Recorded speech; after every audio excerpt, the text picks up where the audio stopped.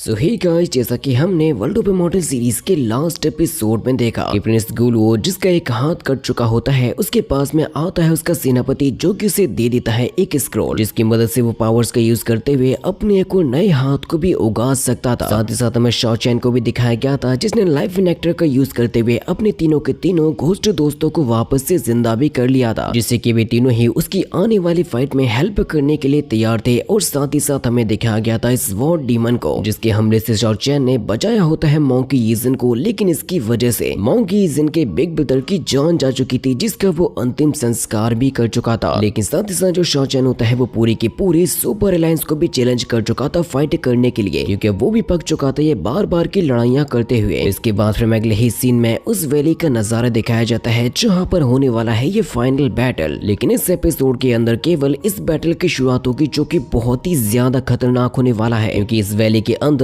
आ चुके होते हैं सुपर अलायंस के सभी बंदे जो कि चैलेंज करने वाले हैं शॉ चैन को। सुपर अलायंस के साथ साथ यहाँ पर रिवेंज अलायंस वाले बंदे भी आ चुके होते हैं जिसको असल में बनाया होता है प्रिंस जियोलुओ ने, और वो भी बदला लेना चाहता है शॉ चैन से। इस अलायंस के अंदर हम सभी के सभी पावरफुल लोगों को देख पाते हैं जिस मोमेंट पर तभी एक क्लेन की लीडर ये कहने लग जाती है हम सभी के सभी सुपर अलायंस वाले तो आए हैं शॉ चैन का चैलेंज की वजह से, लेकिन हम लोगों के साथ साथ आकर ये रिवेंज अलायंस वाले भी क्यों आ गए जो कि नीचे मौजूद है। जिस तरफ से आने वाला है शॉ चैन तो फिर तभी एक लीडर ये बताने लग जाता है कि उस अलायंस का जो लीडर है प्रिंस गुलवो उसका भी मसला हो गया था शॉ चैन के साथ में, जिससे कि वो भी कुछ लोगों को मिलाकर बना चुका है रिवेंज अलायंस को, जिसकी मदद से वो फाइट करने वाला है शॉ चैन के साथ में और उसको मारने वाला है। जो चीजें कहने में भले ही आसान लगती हैं लेकिन ऐसा कुछ भी इतने जल्दी तो नहीं होने वाला। ये सुपर अलायंस के कुछ बंदे ये कहने लग जाते हैं कि क्या तुमने सुना है कि हमारे अलायंस के अंदर कुछ नए नियमों को भी लाया गया है जिसे हर किसी को फॉलो भी करना होगा, जो कि ये है कि अपनी ही अलायंस के अंदर कोई भी किसी को ऐसे जान से नहीं मार सकता बिना किसी रीजन के, लेकिन अगर किसी का पर्सनल मैटर है तो तीसरा उसके अंदर इंटरफेयर भी नहीं करेगा। अभी फिर सामने आ जाते हैं किंग चैंग और लिंगर जो कि होते हैं इस अलायंस के लीडर। लिंगर तभी सभी लोगों से कहने लगती है कि मैंने अलायंस के सभी लोगों को इस वजह से यहाँ पर बुलाया है क्योंकि हम लोग देखने वाले हैं यहाँ पर होने वाला है एक बहुत ही खतरनाक बैटल। तभी किंग चैंग लिंगर को ये बताती है कि यहाँ पर देखा गया है गुलुओ को जो कि स्पेशली आया है शॉ चैन को मारने के लिए, क्योंकि वो भी उसे अपना टारगेट बना चुका है, वो उसका शिकार करना चाहता है। वो बताती है कि यहाँ पर जितने भी बंदे मौजूद हैं वो सभी के सभी या तो पुराने या फिर नए दुश्मन हैं शॉ चैन के, इसीलिए वैसे क्या आपको नहीं लगता कि आपको वो फाइट देखनी चाहिए। लेकिन लिंगर का असली टारगेट होता है यहाँ पर आने वाले बीस्ट का शिकार करने का, इसीलिए वो किंग चैंग से भी कहती है कि तुम्हारे लिए सबसे जरूरी ये जानना है कि हम यहाँ पर क्या करने के लिए आए हैं, जिससे कि किंग चैंग लिंगर से कहने लग जाते हैं कि आप चिंता मत कीजिए, मैंने इस ड्रैगन आइलैंड के कुछ और पावरफुल इमॉर्टल बंदों से इसके बारे में बात भी की है, क्योंकि असल में ड्रैगन किंग को ढूंढने वालों की संख्या काफी ज्यादा बढ़ चुकी है और साथ ही साथ इसकी वजह से ड्रैगन किंग का पावर लेवल भी बहुत ही ज्यादा हद तक इंक्रीज भी हो गया होगा। जो बात सुन के लिंगर उससे कहने लग जाते हैं कि फिर तो ये बात और भी ज्यादा अच्छी है, क्योंकि ड्रैगन किंग जितना ज्यादा पावरफुल होगा हमारे लिए तो उतना ही ज्यादा अच्छा भी होगा। किंग चैंग लिंगर से कहती है कि वैसे आपको क्या लगता है अंत में कौन सर्वाइव कर पाएगा, क्योंकि ये जो बैटल होने वाला है शॉ चैन और गुलुओ के बीच में वो इस सीरीज का अभी तक का one of the greatest battle माना जाएगा। जिसके बाद हमें अगले ही सीन में दिखाया जाता है नीचे मौजूद रिवेंज अलायंस के बंदों को, जहां पर एक बंदा मौजूद होता है जिसका नाम होता है कार्टर और वो होता है फैंटम स्पिरिट वॉरियर। तो उसके पास में एक बंदा आकर बताता है कि यहाँ पर एक ह्यूमन वॉरियर आकर बहुत ही ज्यादा उत्पाद मचा रहा है जो कि हो सकता है हमारा दुश्मन यानी कि शॉ चैन। तभी उसी मोमेंट पर एक और बंदे की एंट्री होने लगती है जो कि हमें ये बता रहा होता है कि यारोथ जो कि है फॉरेस्ट ट्राइब का मेंबर और कायो जो कि है बारबेरियन ट्राइब का मेंबर, इन दोनों को ही शॉ चैन ने पहले अकेले अपनी फाइट में ही हरा दिया था। जो बात सुन के कार्टर उस बंदे से कहने लग जाता है कि आखिर तुम उन बच्चों की बात क्यों कर रहे हो, क्या तुम्हें सच में लगता है कि मैं यारोथ या कायो के बराबर का होऊंगा? अगर शॉ चैन ने मुझे भी उन लोगों के जैसे ही समझ लिया तो उसकी ये जिंदगी की सबसे बड़ी भूल होगी, क्योंकि मैं तुम्हारे जैसा कोई कुत्ता नहीं हूँ। जो बात सुनते ही वह बंदा गुस्से के साथ में कहने लगता है कि कार्टर तुम्हें अपनी औकात नहीं भूलनी चाहिए। लेकिन फिर तभी कार्टर की नजर पड़ती है कि यहाँ पर उड़ती हुई धूल के अंदर से कोई बंदा चलते हुए आ रहा है जो कि कोई और नहीं बल्कि होता है हमारा हीरो शॉ चैन। लेकिन शॉ चैन के यहाँ पर आते ही कुछ बंदे ये बातें करने लगते हैं कि गुलुओ ने अपनी जीतने के चांसेस को बढ़ाने के लिए फ्लाइंग डैगर सेक्ट और फैंटम स्पिरिट सेक्ट के बंदों को भी अपने साथ में मिला लिया ताकि वो शॉ चैन का मुकाबला कर सके। ये चीज भी देखने वाली होती है कि शॉ चैन इतने बड़े बैटल के अंदर अकेला ही आ चुका है फाइट करने के लिए, इसी वजह से वो खुद से ये कह रहा था कि तुम्हें बहुत ही ज्यादा केयरफुल भी रहना होगा, क्योंकि शॉ चैन शाओचैन के ऊपर अटैक करने के लिए वहाँ पर बैठे हुए होते हैं कुछ फ्लाइंग डैगर सेक्ट के बंदे। जिस मोमेंट पर तभी जैसे ही शाओचैन के ऊपर अटैक कर दिया जाता है तो वो पहले से ही उसके लिए प्रिपेयर होके आया था, क्योंकि शाओचैन तुरंत ही यूज करने लग जाता है अपनी स्पिरिचुअल शील्ड को, जिससे कि हमें उन दोनों के ही पावर के बीच में एक बहुत ही खतरनाक पावर क्लैशिंग भी देखने को मिल जाती है। लेकिन ऑब्वियसली शाओचैन की पावर ज्यादा होती है, इसी वजह से वो उसको पीछे भी धकेल चुका था। लेकिन फिर उसी मोमेंट पर वो बंदा यूज करने लग जाता है अपनी स्पिरिचुअल एनर्जी को, जिसकी मदद से वो खींचने लग जाता है एक काफी बड़ी इमारत को और गिराने वाला था शाओचैन के ऊपर। जो नजारा बहुत ही ज्यादा अमेजिंग होता है, क्योंकि आखिर शाओचैन को इतने से क्या ही होने वाला था। वो तुरंत ही उस इमारत को फोड़ते हुए पहुंच जाता है उसी मैजिशियन वाले बंदे के पास में। लेकिन जैसे ही शाओचैन उस बंदे को जान से मारने वाला होता है तो फिर इसी मोमेंट पर सामने आ जाता है कार्टर, और वो भी कहता है कि मानना पड़ेगा शाओचैन, तुम्हारे अंदर बहुत ही ज्यादा स्ट्रॉन्ग किलिंग इंटेंट है, जो कि अब तुरंत ही एक्टिवेट करने लग जाता है अपनी फैंटम की पावर को, जिसकी हेल्प करने के लिए कुछ और भी बंदे आ जाते हैं, जिससे कि शाओचैन के चारों तरफ ही बन जाती है एक बहुत ही पावरफुल स्पिरिचुअल वॉल, जिसको तोड़ना इतना भी ज्यादा आसान नहीं होगा, जो कि चारों तरफ ही बन चुकी होती है। और उसकी हेल्प भी कर रहे होते हैं फैंटम स्पिरिट के बंदे, जिन लोगों के पावर को यूज करते ही शाओचैन की बॉडी के ऊपर पड़ने लग जाता है बहुत ही बुरा इफेक्ट। इस पावर की वजह से शाओचैन को हेलुसिनेशन होने लगते हैं, उसको ठीक तरीके से दिखाई नहीं दे रहा था। लेकिन ये सब कुछ तो शाओचैन इन लोगों को दिखाने के लिए ही कर रहा था। और फिर तभी वो कहने लगता है कि शायद तुम वही हो जिसके बारे में मुझे मॉन्की ईजन ने बताया था। तुम उस सेक्टर से बिलोंग करने वाले बंदे हो जिससे केवल शो ऑफ करना ही आता है। तुम्हारे पास में रियल पावर पोटेंशियल के नाम पे कुछ भी नहीं है, क्योंकि ये सब कुछ हो रहा था शाओचैन के देखने की वजह से। इसी वजह से अब वो तुरंत ही अपनी आंखों पे पट्टी बांध लेता है, जिससे कि ना देखने की वजह से इन लोगों की पावर का उसके ऊपर कोई भी असर नहीं होगा। कार्टर कहता है कि बच्चे, इस गलती की वजह से अब तुम्हारी जान तो डेफिनेटली जाएगी, जिससे कि फिर अब वो तुरंत ही पहुंच जाता है शाओचैन के पास में अटैक करने के लिए। लेकिन शाओचैन के रिफ्लेक्शंस पट्टी बंधे होने के बाद भी बहुत ही ज्यादा फास्ट होते हैं, जिससे कि वो काफी आसानी के साथ में उसके हमलों को डॉज कर देता है। लेकिन कार्टर अब तुरंत ही यूज करने लग जाता है अपने सुपर फास्ट स्लैशिंग अटैक्स को, जिनका मुकाबला कर रहा होता है शाओचैन अपनी स्पिरिचुअल रिंग्स की मदद से। यहाँ तक कि शाओचैन तो बहुत ही आसानी के साथ में उसके हमलों को रोकता है, बल्कि कार्टर के फेस को पकड़ के वो उसे बहुत ही बुरी तरीके से मारने लगता है। बल्कि उसने तो कार्टर की बैंड बजा के ही रख दी थी। इसकी वजह से कार्टर को भी उसकी औकात पता चल जाती है कि वो शाओचैन के सामने कुछ भी नहीं है, क्योंकि शाओचैन ने अपनी स्पिरिचुअल रिंग्स का यूज करते हुए कार्टर को बहुत ही बुरी तरीके से इंजर्ड कर दिया था। इसी वजह से अब बाकी के बंदे अटैक करने लग जाते हैं उसके ऊपर, ताकि वो कार्टर को जान से ना मार सके। जहाँ पर एक बंदे के पास में होते हैं बहुत ही ज्यादा खतरनाक ब्लेड्स पावर, जिन्हें वो यूज करने की कोशिश तो करता है, लेकिन ये तो शाओचैन के लिए बच्चों का खेल जैसे होती है, क्योंकि वो सारे के सारे ब्लेड्स को तोड़ते हुए उन बंदों के ऊपर हिट करता है जो कि इस फॉर्मेशन को बनाने में हेल्प कर रहे थे, जिससे कि एक ही झटके के साथ में वो सारे बंदे मारे जाते हैं और वो शील्ड भी हट जाती है चारों तरफ से ही। जो नजारा देख के फ्लाइंग डैगर सेक्ट वाले बंदे को तो अपनी आंखों पर यकीन ही नहीं होता। शाओचैन उससे कहता है कि मैं जानता हूँ अब तुम यहाँ से भागने की कोशिश करोगे अपनी जान बचाने के लिए, लेकिन ऐसा करने के लिए अब तो बहुत ही ज्यादा देर हो चुकी है। जिस मोमेंट पर तभी फिर शाओचैन ने अपनी सुपर पावरफुल स्पिरिचुअल रिंग्स का यूज किया होता है उस बंदे को जान से मारने के लिए। और ये नजारा देखकर सुपर अलायंस के सभी बंदे एकदम ही शॉक हो जाते हैं। लेकिन जो काइयो होता है वो एरोगेंटली कहने लग जाता है कि तुम सभी के सभी किसी भी काम के नहीं थे। इतने सारे बंदे मिलकर उस एक अकेले बंदे को थोड़े समय के लिए रोक कर भी ना रख सके। जो बस उनके यार और उससे कहने लगता है कि काइयो चिंता मत करो, अभी भी वहाँ पर गुलुओ है जिसने अभी तक अपनी एक भी मूव को नहीं चला है, वो जरूर से कोई ना कोई बड़ा इम्पैक्ट डालेगा। जो बात सुन के एक और सेक्ट का बंदा ये कहने लग जाता है कि ऐसा लग रहा है जैसे कि शाओचैन दोबारा से पहले की तुलना में और भी ज्यादा स्ट्रॉन्ग हो गया हो, और ऐसा होने के चांसेस एकदम साफ साफ नजर भी आ रहे थे। जिस मोमेंट पर अब शाओचैन आगे बढ़ चुका था और उसके सामने मौजूद होता है एक हाथ वाला प्रिंस गुलुओ। शाओचैन कहता है कि देखो, जैसा मैंने कहा था, मैं वादे के मुताबिक यहाँ पर आ गया, और मैं ये भी कहता हूँ कि इस युद्ध का अंत तब तक नहीं माना जाएगा जब तक कि हम में से किसी एक की जान नहीं चली जाती। ना तो तुम रुकोगे और ना ही मैं रुकूंगा। जो बात सुनते ही गुलुओ को बहुत ही ज्यादा गुस्सा भी आने लगता है, क्योंकि हम ये देख पाते हैं कि उसका जो हाथ कटा हुआ होता है उसमें बहुत ही ज्यादा ब्लीडिंग भी हो रही थी। इसी वजह से वो गुस्से के साथ में कहने लग जाता है कि शाओचैन, आज मैं खुद तुम्हें अपने हाथों से ही जान से मारूंगा, क्योंकि प्रिंस गुलुओ का जो हाथ कटा हुआ होता है उसकी जगह पे आ चुके होते हैं 3 वेनमस स्नेक्स, जो कि देखने में ही बहुत ही ज्यादा खतरनाक और डिसगस्टिंग भी लग रहा था। जो नजारा देखते हुए काइयो कहता है कि आखिर गुलुओ ने अपने हाथ का ये क्या हाल बना लिया। यारोद कहता है कि वाकई में कितना ज्यादा ग्रॉसिंग और डिसगस्टिंग है। जो बात सुनते हुए एक बंदा कहने लग जाता है कि ये जरूर से होगा